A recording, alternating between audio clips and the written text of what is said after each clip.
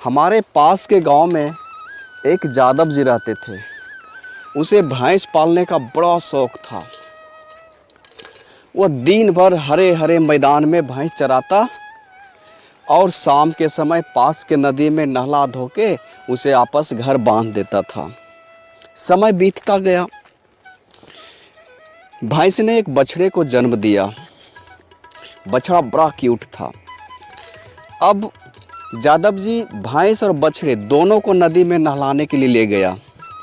भैंस को आदत था, वो खुद से नदी में उतर गई, फिर आराम से डुबकी लगाई। जादव जी उसे नहलाया, धोया, साफ किया और फिर भैंस खुद से नदी के बाहर आ गई।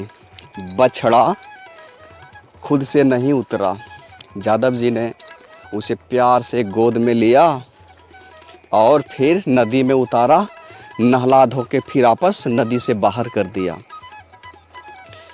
अब जादव जी डेली भैंस को भी और बछड़े को भी नदी में नहलाने के लिए लाता।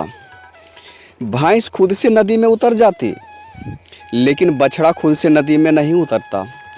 उसे गोदी लेना पड़ता था। गोदी लेकर के नदी में उतारता, फिर नहला धो के नदी से बाहर कर देता। डेली का उसका यही काम था। लेकिन बछड़ा को अब आदत पड़ गया, बिना गोदी का वो नदी में उतरता ही नहीं। जादव जी उसे गोदी लेता, नदी में उतारता, नहला धो के फिर गोदी करके ही नदी से बाहर करता। बछड़ा को भी आदत पड़ गया और जादव जी को भी हैबिट बन गया। बछड़ा धीरे धीरे बड़ा होने लगा, लेकिन जादव जी का काम नहीं बदला। वह डेली गोदी लेता, नहलाता, फिर गोदी लेके नदी से बाहर करता। बछड़ा एक दिन बड़ा हो गया। अब जादव जी उस बड़े बछड़े को उठाने लगा, यानी भैंसे को उठाने लगा।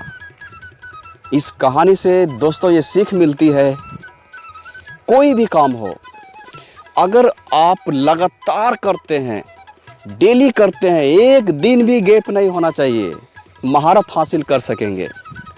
काम कोई भी हो, प्रैक्टिस लाजवाब होनी चाहिए।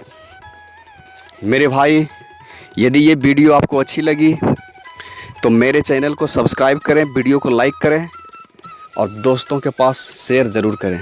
धन्यवाद।